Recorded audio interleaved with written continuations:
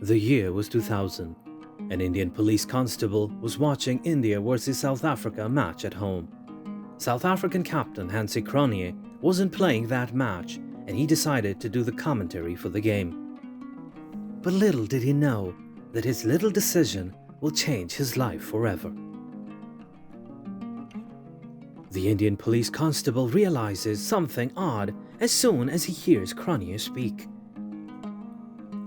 He has heard this voiceover before, as he was assigned to track phone calls between people who might be associated with India's most wanted Dawood Ibrahim. A little change of Cronje's plan exposed the biggest and first major incident of match fixing in the world of cricket.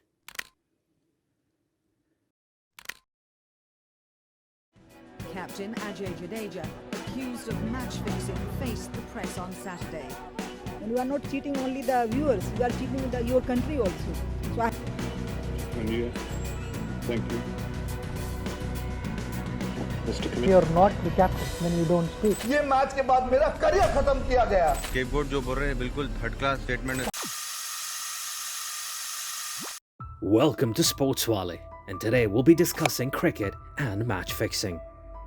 It takes a lot of effort to make these videos for you, so it'll be super helpful if you could just hit that subscribe button.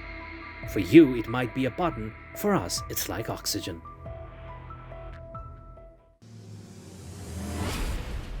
Chapter 1: Famous Match Fixing Incidents. People have been betting on cricket for longer than most other sports have even existed. The earliest recorded example was in 1646, when a court case concerned the non-payment of a bet made on a match in Kent. But it was the Hensie Cronje incident that shook the cricketing world to its core. It showed the flawed and ugly side of a game often called a gentleman's sport. It was April 7th, 2000. Delhi police charged Hensie Cronje with fixing South Africa's ODIs against India in March for money. They also released transcripts of an alleged conversation between Cronje and an Indian businessman, suggested to be a bookie, Sanjay Chawla. The conversation is about who is playing and who is not, who is in on the deal, the amount alleged to be paid to Cronje and his teammates Herschel Gibbs, Peter Stridham and Gibbs and Boje. Cronje denied any involvement in the matter, and the South African board, former players and media rallied behind him. But he couldn't handle the pressure. It was a little too tough for him. He was not only the national captain for South African team, but was hailed as a national hero. Cronje called the managing director Ali Bakar and admitted to the wrongdoings. Cronje acknowledged receiving $10,000 to $15,000 for providing information and forecast, but not match fixing, during the one-day series in India. And on June 7, 2000, former South African cricketer Pat Simcox testifies before the King Commission, which is inquiring into the Cronje scandal, that he had been approached by Cronje about throwing a match against Pakistan during the 1994-95 season. He also confirmed that during a team meeting in Mumbai in 1996, Cronje had conveyed an offer of $250,000 to lose a one-dayer. June 8, 2000, Herschel Gibbs effectively seals Cronje's fate, confessing he had accepted an offer from his former captain to make less than 20 runs in a one-day match in India earlier in the year in exchange for $15,000. And later on, Henry Williams and Peter Stridham also testified. In October 2000, he was inevitably banned for life by the United Cricket Board of South Africa, and tragically, less than 2 years later, Cronje would be dead. A light cargo plane in which he was traveling crashed in bad weather, killing all on board. This is the crash scene rescuers discovered early yesterday. South Africa, you'll be buried with great dignity, lots of honour, and lots of people in this country will see him as a hero, and that's how I'll remember him. But few years later, another incident happened which was equally devastating. Actually, even more so, because it involved a 17-year-old prodigy, Mohammad Amir. Mind maybe, oh, it's a big no ball, maybe. Mohammad Amir hadn't bowled a no ball his entire test career before this game. I don't know if that's correct. First class. I apologize for my all actions.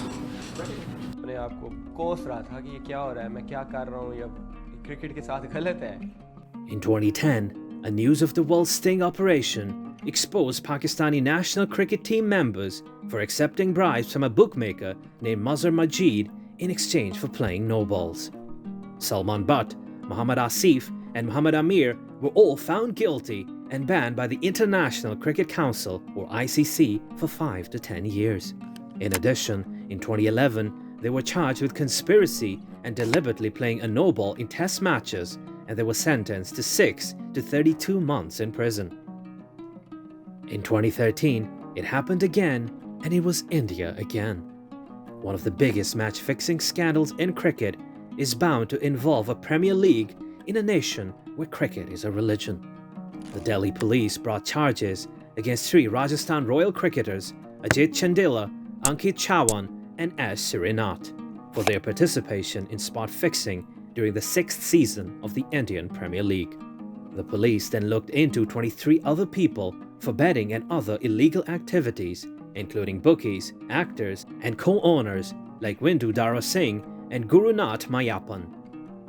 They were also accused by the police of having connections to the Underworld lords Chora Shakil and Dawood Ibrahim. A number of people, including Shrishant and Chawan, were freed due to a lack of evidence and coordination among the police departments. Chapter 2. Why cricket? Cricket, a sport revered and followed passionately, is not immune to the scourge of match fixing, with India and Pakistan being particularly vulnerable. Several factors converge to make this gentleman's game susceptible to corrupt practices, tarnishing its integrity and threatening its future.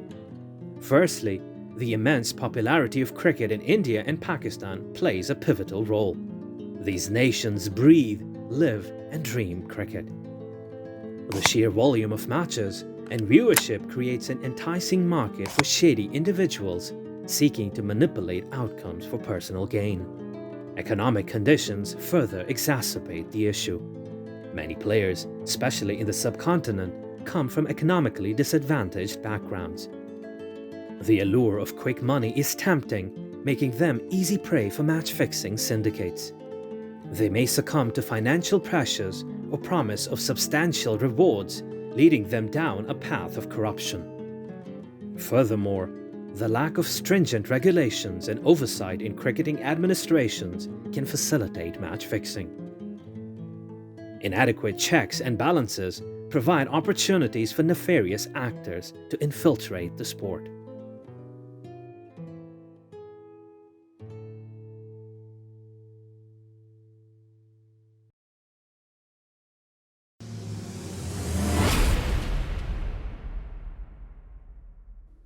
Chapter 3. Conclusion. In conclusion, cricket's vulnerability to match fixing is a complex issue, rooted in the sport's immense popularity, economic disparities, and systemic weaknesses in governance. To protect the integrity of this beloved game, it is essential for cricketing authorities, players, and fans to remain vigilant and actively combat these threats, ensuring that cricket remains a symbol of fair competition and sportsmanship. And on that important note, it's time for us to call it a day. Please hit the subscribe button as it matters a lot to us.